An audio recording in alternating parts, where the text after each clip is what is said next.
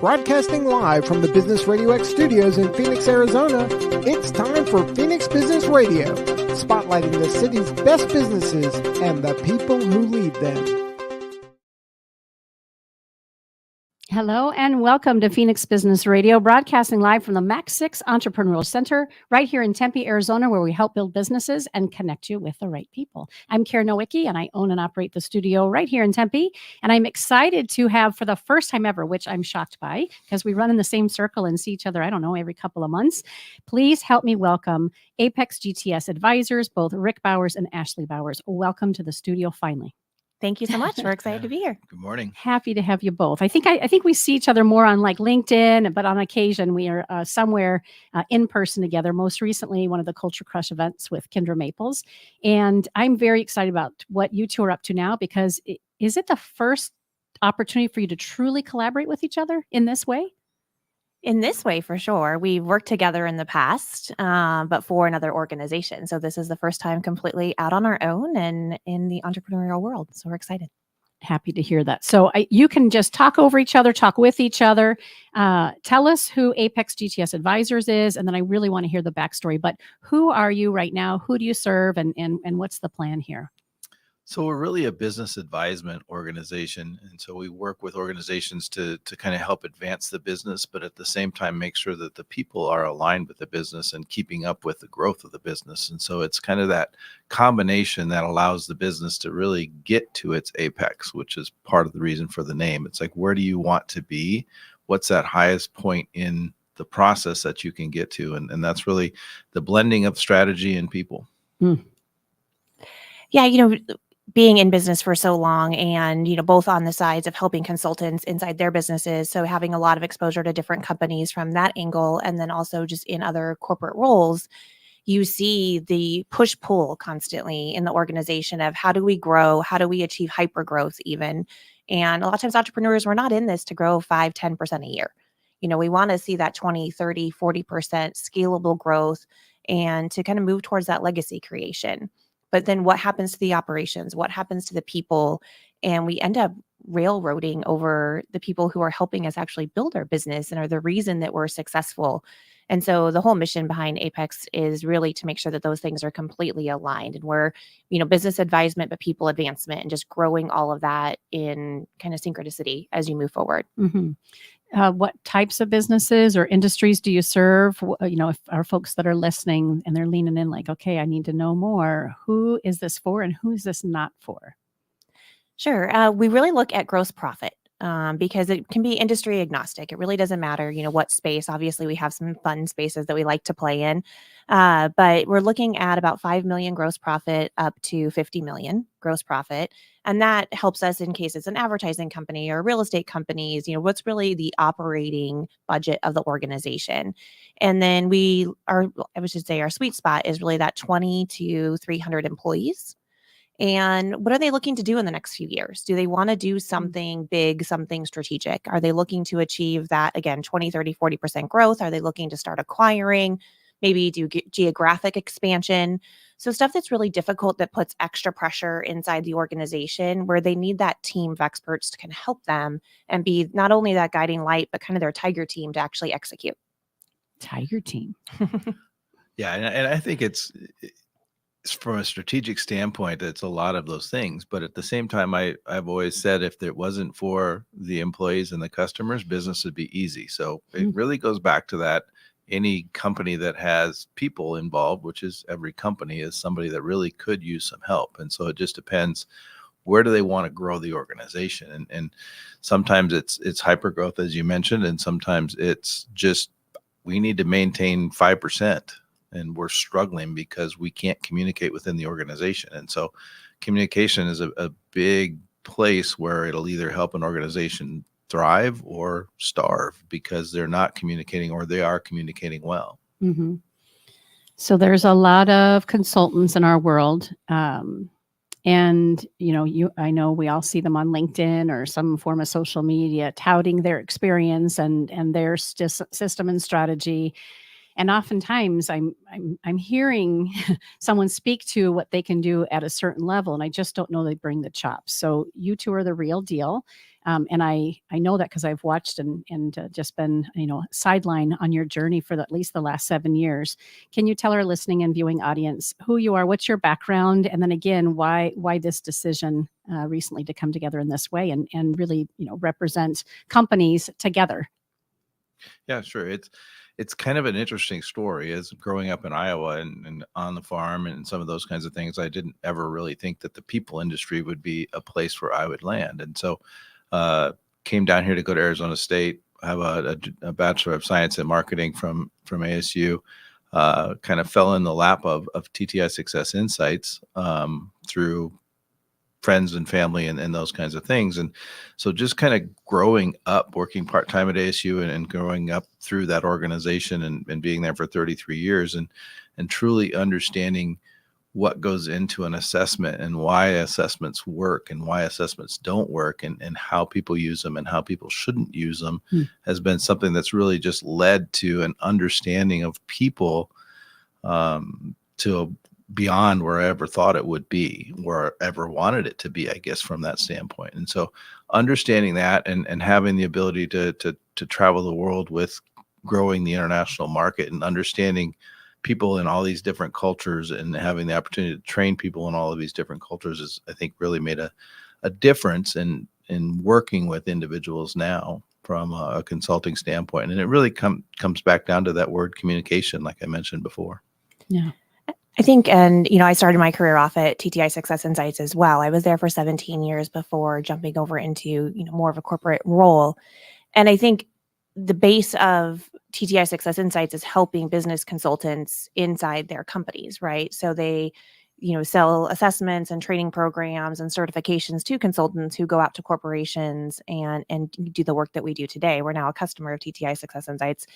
And so being able to actually train and mentor and help consultants, I think, has helped us become better consultants as we enter into this role.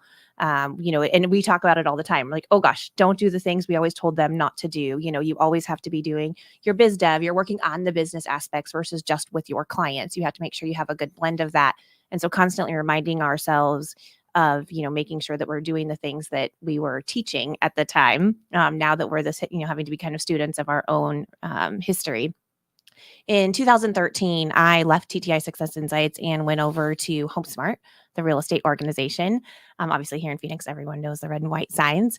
At that time, HomeSmart had about 55 employees and about 5,000 real estate agents across the U.S. And there was a franchise organization as well as a technology organization, all within the HomeSmart community. Started there as the chief operating officer.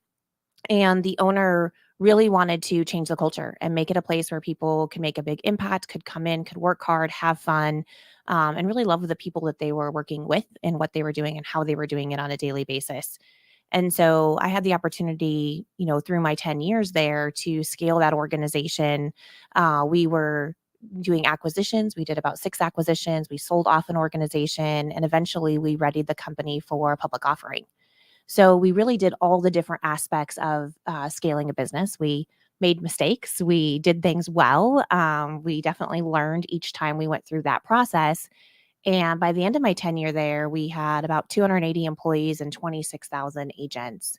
We also had, a mortgage company, Wow. a title company. So the things that our clients really want to do, that's what we did day in and day out, in that organization. And with him, being my coach at home and going through the stress of that process, that's really what started that passion for Apex. Is why does it have to be that stressful? There could be people surrounding entrepreneurs who want to grow like this and really help them make it an easier process.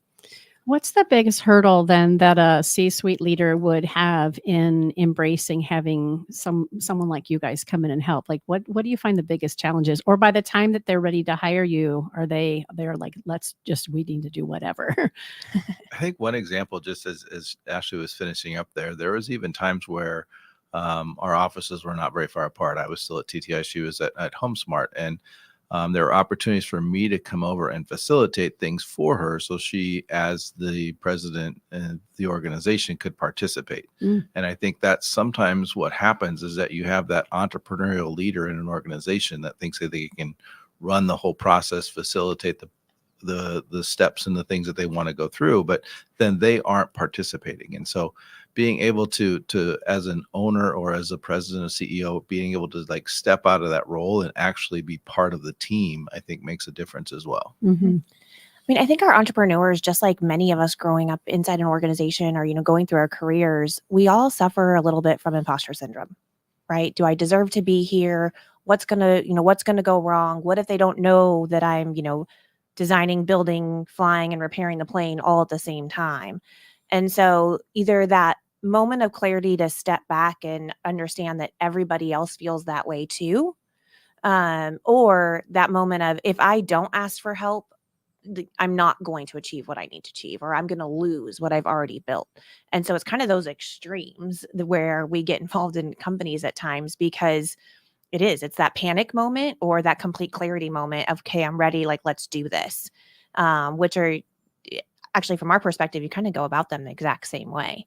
And I always relate it to, it's back to, raising kids. We're parents of 2 boys, and I was very, very fortunate. The moms in my group, none of us ever hid any of the bad stuff from each other. We weren't those parents that were like, oh, my child has straight A's and they're doing all these things, and their room's always clean. And because it's not reality. That's not what they do. Right. And we would talk to each other about the disappointments and the struggles and the fears. And so we always had that really safe place where we weren't judged, and we felt like we could go to people to talk to. And people need that in business too.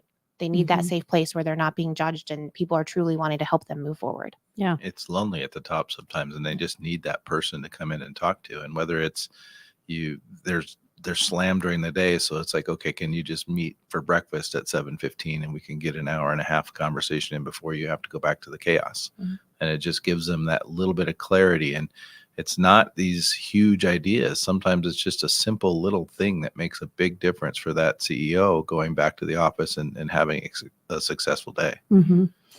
I even remember as I was exiting HomeSmart, and I was talking to one of our advisors during the IPO process.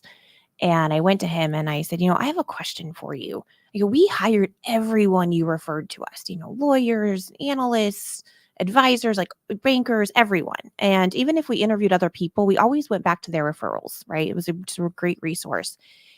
And I said, there was never a time where you said, hey, Ashley, here's a coach or here's a consultant that can just be like your bat phone, right? Like your person to call when a model's not working, when you just had a rough call with the bankers, a rough call with the auditors, or, the organization is in flux because they don't understand what's happening and all the things that are going on during that process. Was I faking it really well and you just thought like I had it? Or like, why? Why didn't you ever offer that up? And he just looked at me and started laughing and he goes, it doesn't exist. People who have been through this level of acquisition and IPOs and stuff before, they want to do it more on a transactional level, or they want to do it as a board member or something like that. But they don't want to do it in the trenches, tiger team, as I mentioned before, kind of consulting group to really help the organization forward. It's very transactional because it's what they just do every day. And so my next question, I was like, well, then am I qualified to do that? Because I would like to help people with that because I needed that person. It wasn't there for me. And I think it could have made things a lot easier. Well, you had the coach at home. Yes. I was thinking the same thing, right? But to his point, that's, I think, the mindset for many people, that this is transactional. We're just going to gut our way through it. And we're just going to, maybe leave people in the wake as we go. And yet then there's the laying awake in bed at night and not making the right decisions and not knowing how to field through those things. So this is really where you guys come in. That's what I said in the beginning. It's the business advancement and the people alignment. Is the people sometimes fall behind. And so how do you make sure that the people are coming along too? Because they get burnt out. And as that happens, the engagement goes down. And as engagement goes down, productivity goes down. And then the person at the top just gets mad at, why aren't people engaged? Why aren't they doing these things? We need to add engagement in our organization. Well, engagement's not something you add. It's something that you create an environment where it can be kind of just naturally happen. Yeah. You guys, Your services, and we've already spoken to this a little bit, include culture readiness and development. What role does organizational culture play in achieving business objectives, right? And how do you assist companies in doing that? You've already spoken about the tools and that sort of thing, but what else is there as we talk about some of the nuances of business, and especially businesses of this size and magnitude? And from a culture standpoint, we go through a diagnostic process. We use a model called stages of growth, and we use that for a variety of Right. different areas in the business, which there was a lot of research done. About 650 companies were researched to say, why do some small businesses fail and why do some succeed? And so based on the successful companies, they built this model of what they need to focus on when. And the idea is, if you've gotten to a high executive position or you're owning a company, you probably know the things that need to be done in general in business. And the key to it is, when do you do those things? Should you do them at 20 employees? Do you do them at 100 employees? What do you do differently at 50 employees versus 75? And there are nuances that are that tiny that you really have to take a look at. And so when it comes to culture, it's really about creating conversations and creating understanding and transparency and cultivating something where each person inside an organization understands their role. They understand how their role impacts the vision of the organization. And then they understand also how they're going to be rewarded, whether those are intrinsic rewards or extrinsic rewards. But they get their entire connection. Once that foundation has been laid and people know what they're doing, then you can start to add on the fun stuff, right? Sometimes with culture, we get into, and there was, a whole probably 5 to 10 year period where it was, ping pong tables and vending machines and this and that. There's always a different fad as it relates to what are we adding into the company. But at the end of the day, those things don't matter if people don't understand what their purpose is inside the organization. Because, let's face it, everyone would be off doing whatever they were passionate about if they didn't need the paycheck and they weren't, needing to work. And so when you have employees inside that organization, they really need to understand, why am I here? Why do I matter? And I always take it back to an example at HomeSmart. We have a whole team that would drag paperwork from a real estate transaction from one screen to another 8 hours a day. And that is what they did. And so it's like, how do you engage that person? How do you teach them that by doing that accurately, you reduce, complaints, you reduce lawsuits, you reduce compliance costs. This ends up being in, your bonus later, or these additional things that we can do. How do how it impacts the agent on the other end, and actually showing them the full circle impact that completing that task on a timely basis has, and why that matters to the bigger picture. Well, how does it stack up to everything else we do? And you can do that in any role in an organization and really start to engage people where they also feel empowered to question things and make suggestions and, and bring up ideas. I think one of the simple things, it's like I said before, it goes back to simple things. It's like celebrating the wins. And I was 100% guilty of it when I was at TTI. Is like, we got a project done. What's next? And you sometimes didn't even say great job or thanks to the team. And it's like, that is a common question when I'm working with different clients, and whether it's with the leadership team or whether it's coaching an individual or anything. It's like, when was the last time you celebrated a win? Blank stares at you. It's like, we're supposed to do that.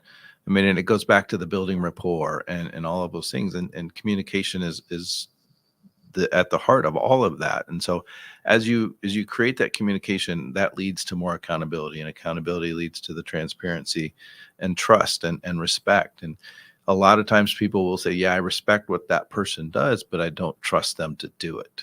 And so can trust and respect live together, or are they relying on each other?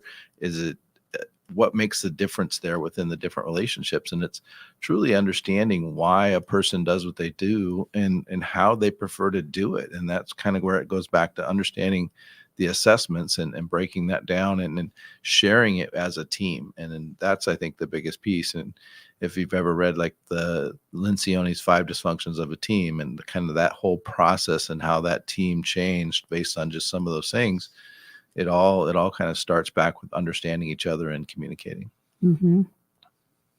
Yeah, I think it even goes back to how we work in the practice too. We're very transparent with what we do. And so we'll use, I know AI is obviously the big thing, right?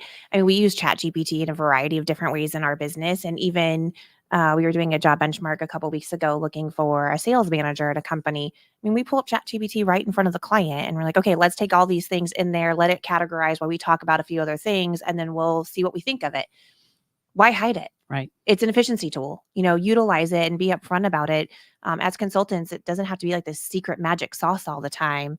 We can have conversations. And honestly, we've been married for a very long time, and I would have never thought that Rick would love coaching.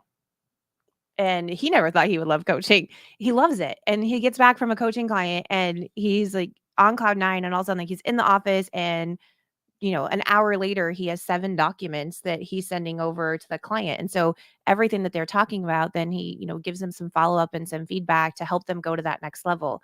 And those are the kinds of things that we do. If we're working with someone on the other day, we're, doing some screening for a chief of staff, and they're not sure how they're going to do some of the compensation. I'm like, hey, I have some samples. Like, let's just give it to you. And so that's really how we operate. How can we be an extension of your team? How can we be transparent with you? So we're creating a culture of working together. And then how can we help that transcend inside the leadership team in the organization? Because then it helps everyone. And it's very refreshing to hear that it's not cookie cutter.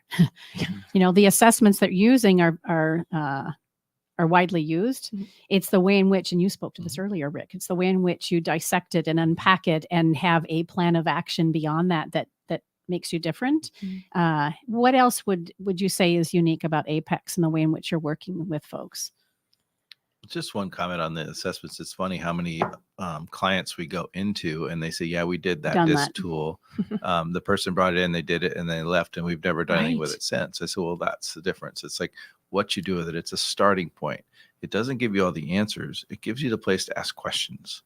And when we're at a networking event and some of those kinds of things, and we talk about coaching, and well, what makes you better than me at coaching? Because like you said, you're running into other consultants at these things. And I think really, I think it's my ability to ask questions. Mm-hmm. It's not that I understand the assessments, not that I understand people to that level, but I feel like I'm really, really good at asking the right questions to people to get them to talk. And that's part of coaching. It's not my words, it's their words when you use that questioning tool.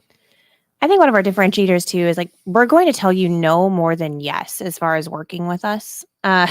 So we are not cookie cutter, and there's some criticism with colleagues in that, right? They're like, find the 4 things that you're going to do and do them really well. I'm like, we don't want to pick 4 things. We don't know what the company needs until we're in there and we've actually looked at what's going on. And, it's not a one size fits all, because companies are unique. Well, I'm in trouble if my toolbox is only 4 tools deep. Exactly. Right.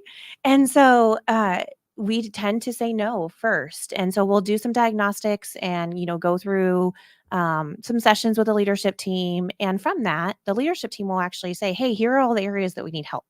And so, 60% of those things, they may have the competence, the capacity to do so, within the organization. And maybe 40% of those they need some help with. Maybe half of that we can help with, and maybe half of it we're going to refer to other resources. And so we're very clear on where we have expertise, where we don't have expertise. We're perfectly okay with, giving that information out to the client and or making those other referrals. But we don't come in with something to sell a client. We do have our diagnostics that we do. And then the other thing is we usually start with a 90-minute discovery session.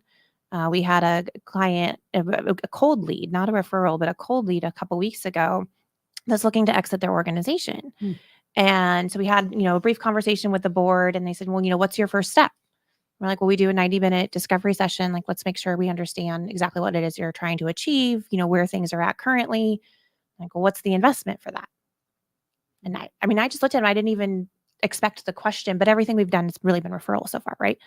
And so I said, well, no, there's no investment for that. This is a time for us just to get together. Feel each other out. Yeah. Can we help you? Can we help you? Do you want the things that where you have expertise in, and kind of where are you at? And so, and that was really great. They actually came back and said that they learned more on that 90 minutes about the exit process than what they had researched. And so we were really happy we were able to, provide value. And, now obviously we're talking about working together longer term, but that's how we work. How can we give more probably than seems reasonable as we get to know each other, and then see where the relationship unfolds from there? It always should be a 2-way street or a win-win situation, which is a little overused, but we don't always work with every client or prospect that comes to us. And so it's like, does it make sense both directions? They're interviewing with us as much as we're interviewing with them, so to speak. Mm-hmm. Yeah, I think I agree. That's the way to do it. I know we've talked about my show concept meeting, and it's something that I could easily charge thousands of dollars for, because whether you do your show with us or you do it elsewhere, you're going to leave with a whole different understanding of the power of podcasting and that accelerated relationship.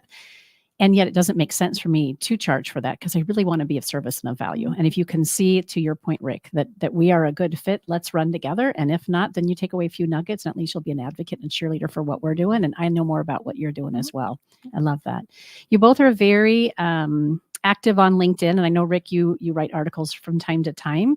One of the terms that I loved when I was getting my master's many, many years ago was facilitative leadership. I have a certification. I don't know if you're familiar with them or if they're even still around, Interaction Associates out of San Francisco. And it was one of the greatest courses I ever took. What is facilitative leadership for you? I think you just wrote an article not too long about that. And how does that play out in the work that you're doing now?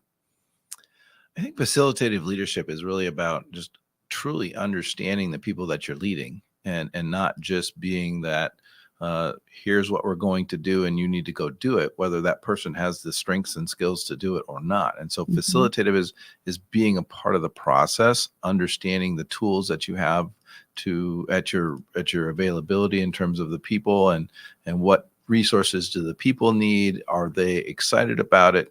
One of the questions I ask a lot is, I had a meeting the other day and I said, well, how's your day going? He's like, well, it started at 3 a.m. I was like, why at 3 a.m.? Is because we had a problem on the job site. It was in the construction industry, and I had the team out there at 3:45, and we were going over the problem. And I said, my first question to him is, well, how do you think the team took it? Well, pretty good. One guy didn't like it, but the rest of them understood what I was saying. It's like, how do you know that? And so it's like, you can't just tell people what to do and go forward with it. You have to understand how they receive it. And so a lot of the coaching comes with emotional intelligence. And one of the toughest things for people is social awareness, or in other words, empathy, kind of understanding how people feel when you're giving them feedback or when you're giving them instructions and that kind of thing. And so did they understand it? How did they respond to it? What is their body language, their facial expressions? And understanding those kinds of things from a leadership standpoint makes a huge difference. Mm-hmm. Yeah, I mean, we used to always say, are facilitating, like, are we facilitating resources, right? Providing the resources that you need. Are we removing the obstacles that are in front of you? And if all I do all day long is remove obstacles and provide resources, then everyone else can do what it is that they're here to do. And we use another concept. It's called real-time coaching. And it has like the do for, do with, or do to. Explain that. Right. And so do to, where you're telling them what to go do with, you're sitting next to them constantly and you're doing everything with them. Or do for, you're kind of taking that monkey. There was the Harvard Business Review about the monkeys, and a long time ago, you're taking that monkey and you're actually doing the task for them. And so how can you, use the right thing at the right time? Because you might have someone who is in a situation where maybe they need more of that commanding or pace setting type of leadership style versus facilitative. And so understanding that employee and where they're at, either in general, or maybe it's just that day. Sometimes we wake up and we have a bad day and we're not our best self. Do we need to do a little more do for that day? Even though typically there's somebody that you can kind of guide in a direction. And so again, just understanding your people at a deeper level and really caring about that communication, I think just leads to utilizing the right leadership style at the right time. How about bridging business resolutions with strategic realism? What does that mean? That's something else I read. How can you explain that approach to helping organizations set and achieve their realistic goals? What's that all about? Yes, that's probably one of my Ashleyisms for sure.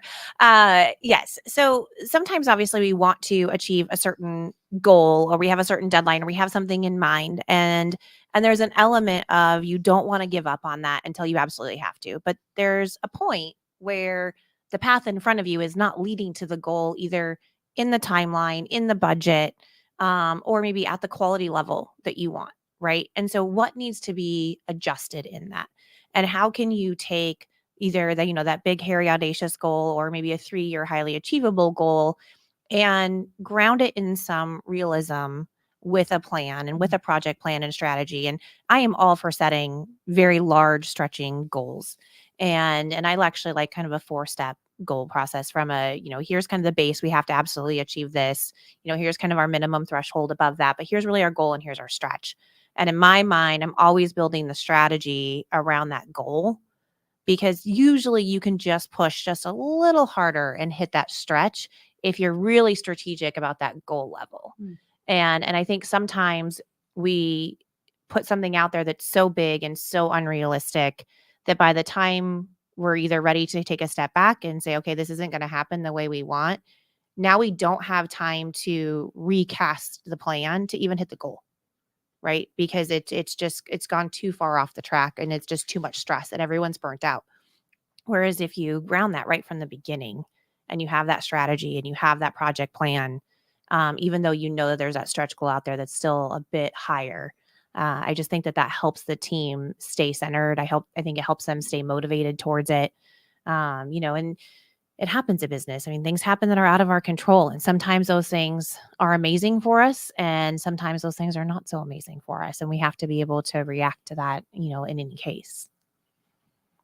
I have a lot of Ashleyisms. Well, what is it? Do you have another one that you can grab out of the air? You got them that easily accessible? Oh, I don't know now on the spot. Put you on the spot. Yeah. Well, let me ask a different question. As the two of you were growing up through, high school and university days, who did you want to be back then? You mentioned, Rick, that you came from a farming town and community, and were your parents farmers?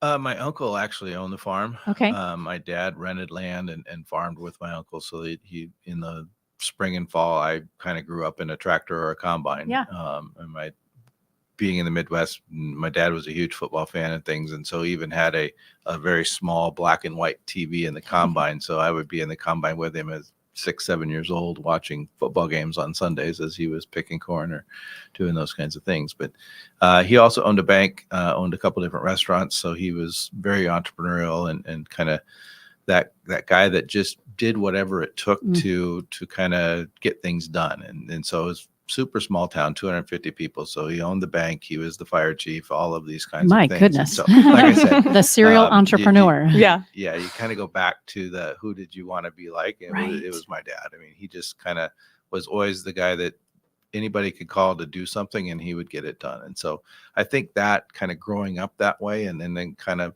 going through my career at TTI, I was referred to as jack of all trades because no matter what needed to be done, I would do it. I did everything from a little bit of programming to back in the day, we called it typesetting, but the desktop publishing and those kinds of things to where I was when I left as president. But when you started in engineering in college. Yeah. Okay. I mean, that's kind of what I thought too, Interesting. is that I think I want to be an engineer, but then after three or four semesters of calculus, it was like, yeah, this is way too much work. And so going to TTI at that point and understanding my behavioral style, Bill Bonstetter, the owner at the time, he's like, I don't understand why you're trying to do engineering and computer stuff. You're a natural. Yeah, you're a marketing person. So I switched to marketing and that kind of was the end of my discussion in terms of college. So I finished up with that and then went full time right after college and stuff. And so from there, my dad worked at TTI as well. I started there in September of '88. He started in February of '89. So That's awesome. He wrapped up a business and came to work there too. So we got to work together for, 15 years or so at that point, and then just kind of expanding into the international markets and getting to kind of just really watch some of these Europeans and people from different countries and how they've built their business and some of the things that they do. And so I'm able to apply a lot of that to the consulting work and to the clients that we're dealing with now. And so I think that kind of all definitely ties back all the way back to those younger days. And when I was 10 or 11 years old and they're like, go get in the pickup and take the wagon to the end of the field. I was like, you want me to drive the truck? And like, okay, just jump in and do it. And you just kind of, you build the airplane as you're flying it. And that kind of, I think, comes from that Midwest kind of values. Yeah. Fantastic. I was born and raised here. Oh, you are? I didn't know you were a native. I am. What part of the valley? North Phoenix. Okay. Yeah. So my grandparents moved here in, I want to say 54. My mom was born in 49, so I want to say 54. And family-owned businesses. So very old school, traditional family upbringing. All the men in the family were in commercial construction, and a lot of them still are today. And my grandfather and my grandmother also owned beauty supplies. So before like the Sephora and the Ulta days, there used to be the independent beauty stores. So they had about 13 of them around the valley. And so from the time my aunt tells the story, I was 3, and that was back when you would run the credit card and you had like the carbon copy machine.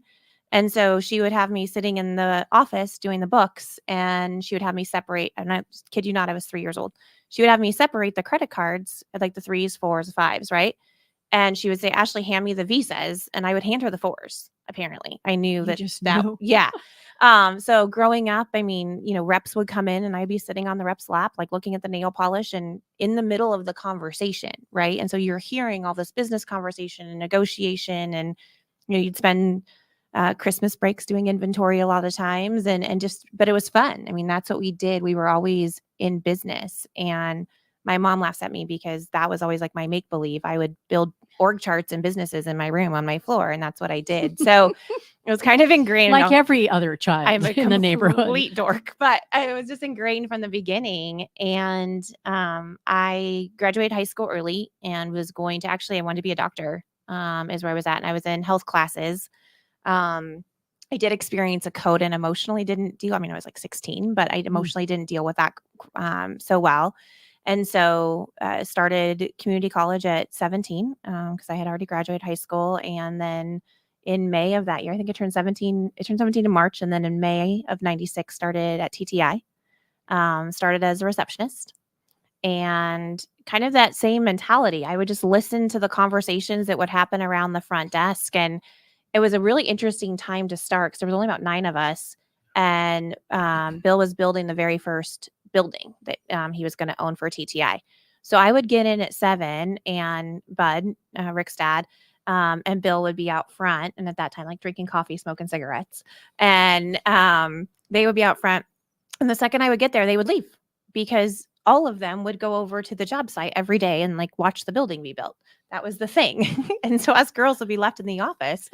And I learned how to do tech support. I started like learning the whole business because there was no one to hand anything off to really on a daily basis because there were other things always going on. And so it was a great learning ground to just kind of dive into things that I probably had no business diving into, but it was a lot of fun, which then led to some early promotions and, started a couple different businesses for him at different times, like offshoots of TTI for selection and recruiting and things like that. And so it was a fun journey.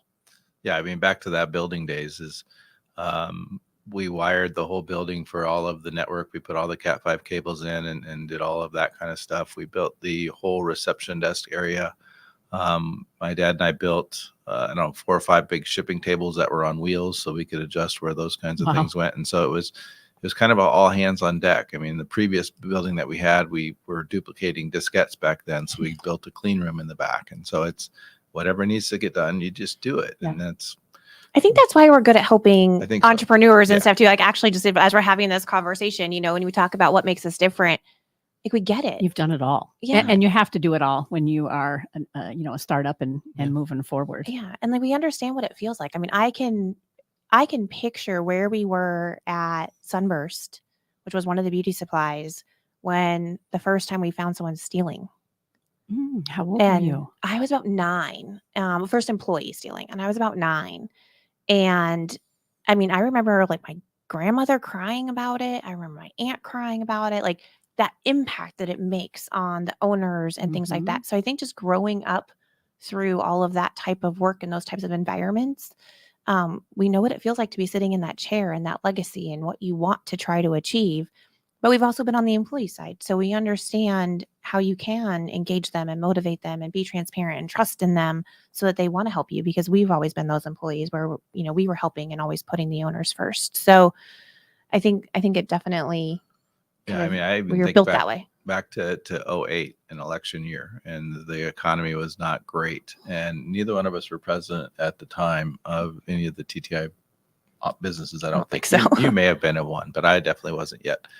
And the numbers were going down. And so her and I got together with a couple yellow pads and we just started writing down ideas.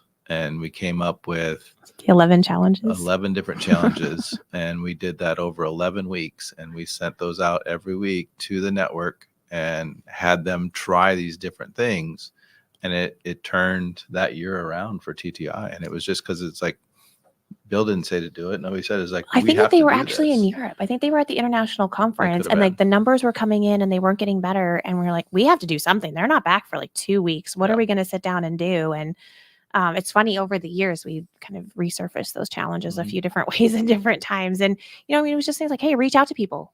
Like, you're feeling this way too. I think sometimes as business owners, when things are going down or different, different economic cycles are happening, we get in our heads that it's only happening to us. Yep.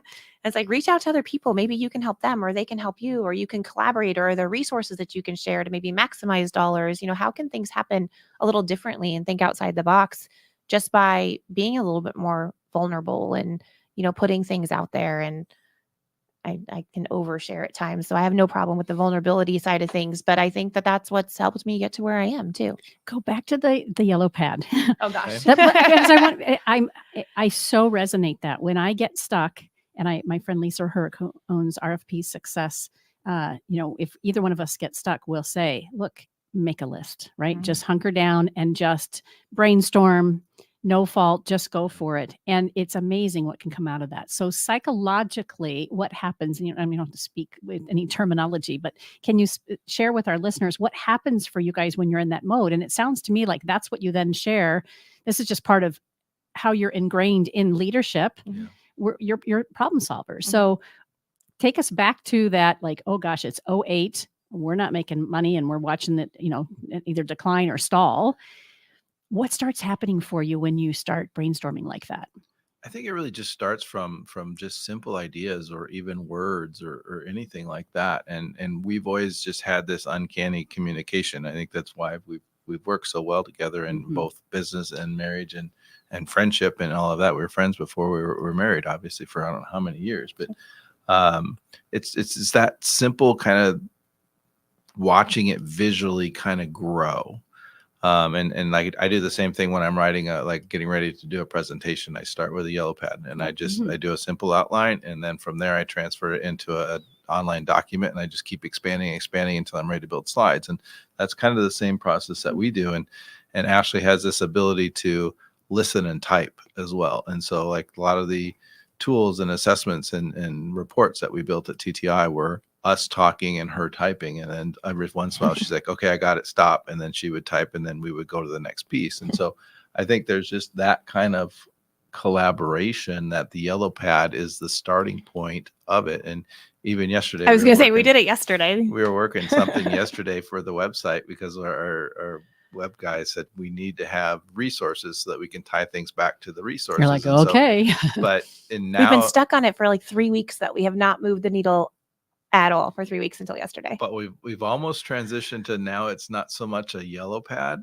as it is ChatGPT. Same. Because it's like, what a running start. You can put enough information in there and then say, what would you do here? And kind of tell Chat that you're the expert in this area and we want to talk to this person about that or whatever. And then it kind of goes. But there is something mental about it. Because if you think about even yesterday, until I had a pen in my hand and a piece of paper that I was writing on, in my brain, I couldn't visualize what I needed to create. Mm-hmm. Right. And so this project has been stalled and it just keeps going to the to-do list, right? Because we don't know how to move it forward. And so I was like, all right, his template has 5 different areas. If we look at things, what are 5 areas that we really want people to have resources on? And what would that look like? And how can we bucket, what this would look like? And I had all the tech, right? The Remarkable's out, the laptop's out, the to-do list is out, which is paper. I was like, I need just a blank piece of paper. So he hands me a piece of paper and just all of a sudden we started writing and then we put that into a Google Doc and then we went to ChatGPT and then we started, adding all of our resources to ChatGPT and having it summarize them for us so that we could do. And it was like 45 minutes later, we had the entire thing done. But I do think there's something psychologically or mentally engaging when you just take that pen and put it to paper, whether it's journaling, whether it's, even the to-do list. Sometimes when you're really overwhelmed, like I love the book, Eat the Frog, right? And like when you're really overwhelmed, making that whole list, and then I color code it, what's obviously client related first.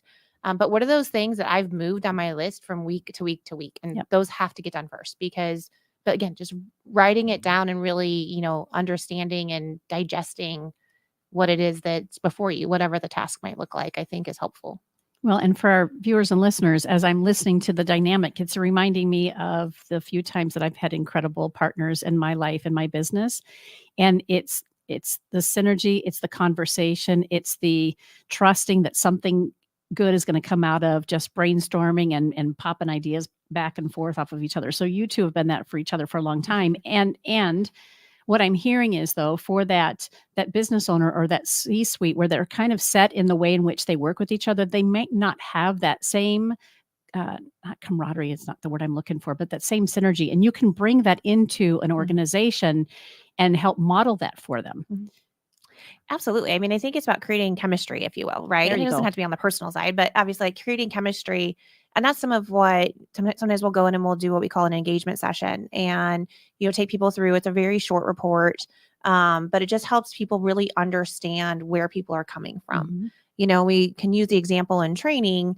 If you have someone who has glasses on and people who do not, have them take someone's glasses and put them on and try to see it through their lens. And it's really kind of eye-opening. Like that's how you're viewing the world every day, with or without glasses. You have your own lens. You have how you're perceiving interactions, communication, body language, pace of speech, tone of voice, all of these things.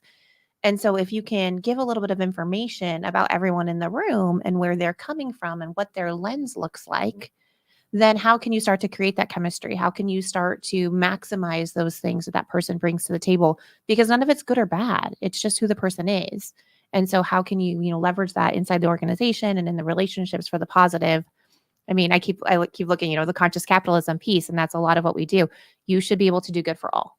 One side of, the circle should not have to suffer because the other side wins.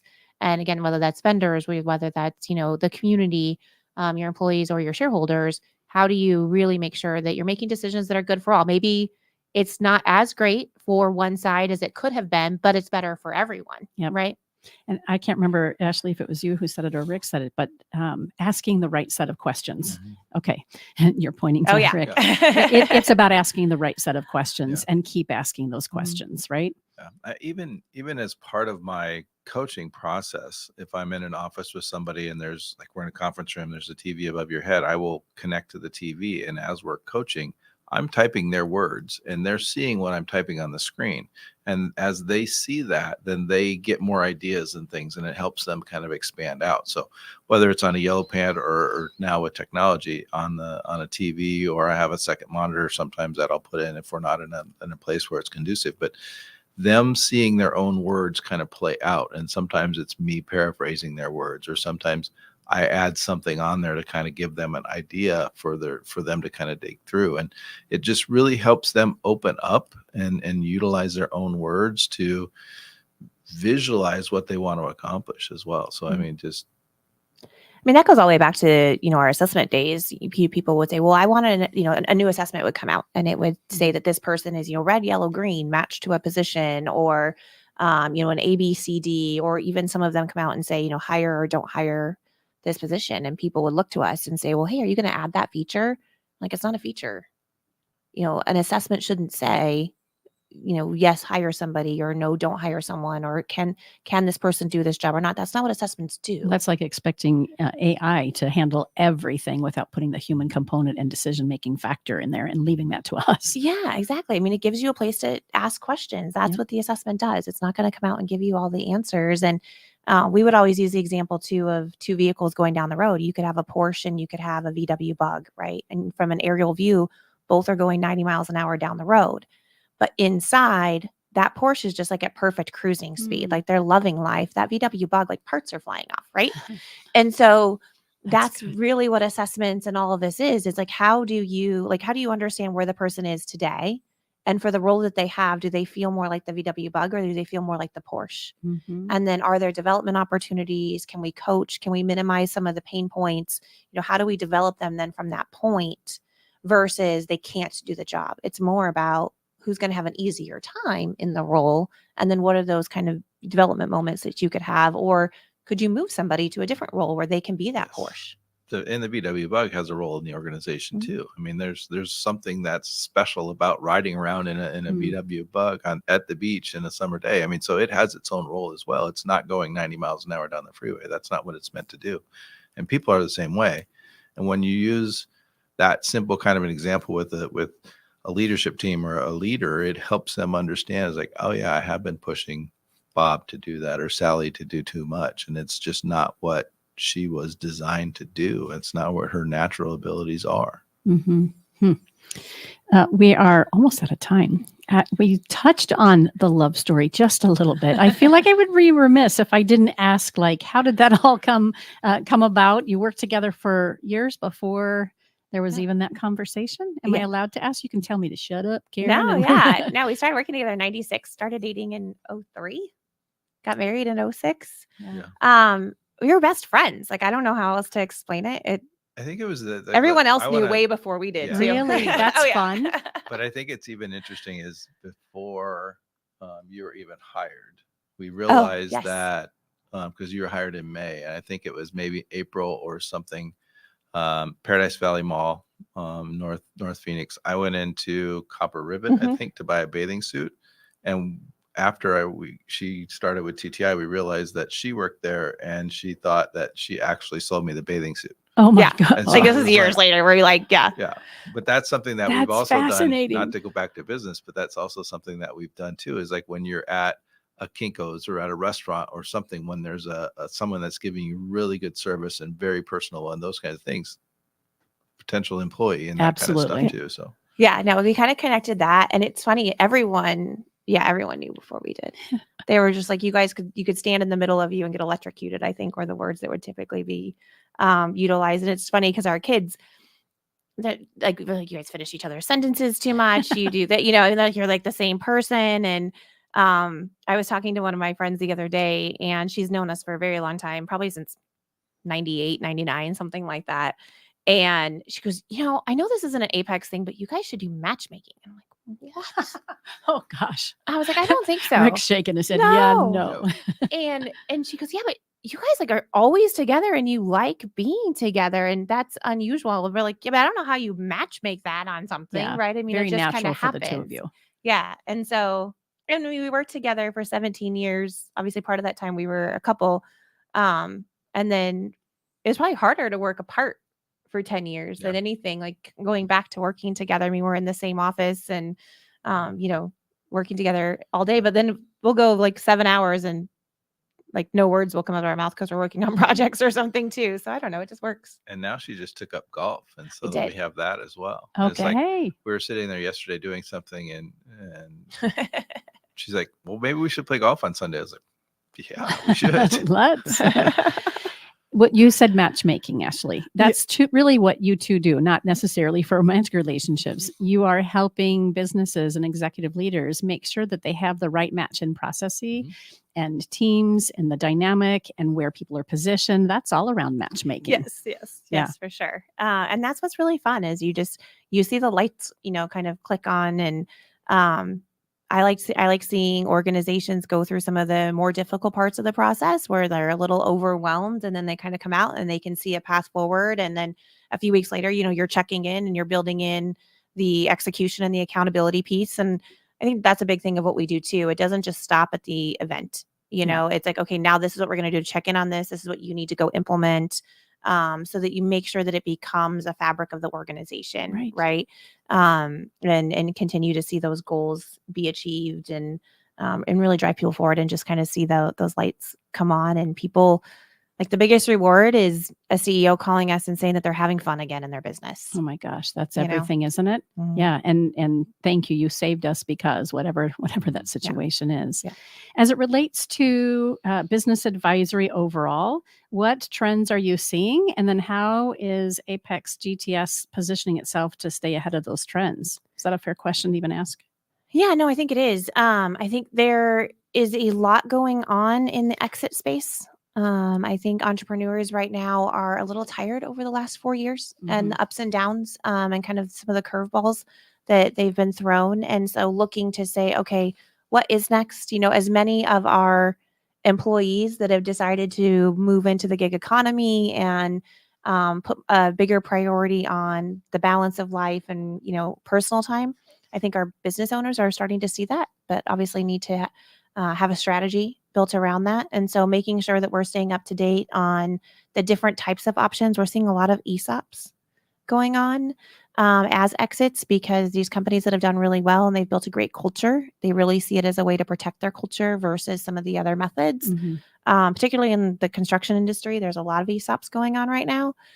So that's definitely a big one. And there's just a true investment in people. I think that business leaders are seeing that they have to make sure that people aren't burning out, that they're staying healthy, because they know it's the only way to keep them in their organization. And so we're seeing more of an investment on the one-on-one coaching and the development kind of all the way down the organization, because they know that the talent isn't readily available. They're going to have to develop it internally. I think you're seeing a lot of that in some of your construction clients too. Yeah, and I think the fractional piece is something that's a trend right now too, is that it's like you can't find people to hire a lot of times, especially in this market where everything is growing so much from in the construction industry and in other places in Arizona. But the fractional piece, whether it's leadership or marketing or financial or the different pieces, fractional is something that's growing as well. And then just understanding that you need to have that employee brand. They need to be able to refer their friends to come there. They need to, when they're at happy hour, when they're somewhere else, it's like your conversation that you talked about, people overhear it and they see that you're happy and that you're having a conversation with a colleague or something. And it's like, I want to work at that organization because they're getting along and they're enjoying. And it looks like that would be a fun place to work. And so understanding that not only your brand of the organization, but your employee brand, so that they refer people to work there. It's that ENPS score. Would you refer someone to work here? I've never heard it termed that way, but that's perfect, right? We need to be our greatest advocates. And if our employees over a barbecue on the weekend are saying something negative about their job or the people they work with, that's not doing us any favors. Right. But if they're referring people that they love and they like to be with and say, hey, you need to come and be a part of this because you'd be a great fit and we're making magic happen here, would be great. Absolutely. Yeah. So where do we find you? It's Apex, APEXGTS.com. Yes.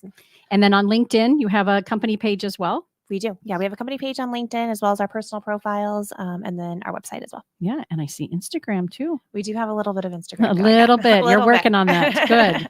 All right. And to get started, you mentioned that there's an opportunity for a discovery session, but is it as easy as someone just reaching out and saying, hey, here's who we are, here's some of the things we're up against, and let's have a phone call and see if that makes sense? Yeah, absolutely. And even on the website or from our LinkedIn page, you can actually book, and it goes right to our calendar, and you can book a session.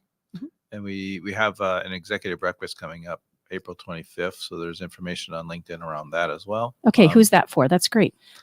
So those are going to be the C-suite. So CEO, COO, CFO. It's going to be on the stages of growth model. And so really focused on organizations between 20 and 500 employees. It's at the Corals and Brady office downtown. And so BMO and Corals is sponsoring that for us.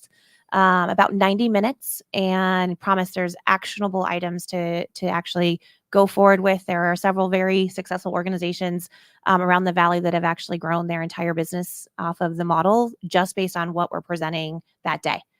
So lots of good tidbits for people to go away with. And it's a complimentary executive breakfast. And how do you get signed up? Through your website? You can go through our LinkedIn page, our website, or Eventbrite. Okay. Yeah. Oh my gosh, such good stuff. Thank you both for spending a little bit of your time with us this morning. And I look forward to kind of watching you guys shine and see who you get to help impact and the way in which those organizations grow. So thank you for sharing your morning with us. Yeah, thanks for having us. Yeah, absolutely. You've been listening to Phoenix Business Radio, broadcasting live from the Max 6 Entrepreneurial Center. Some media leans left, some lean right, and we lean business. Until next time, I'm Karen Nowicki. Thanks for listening.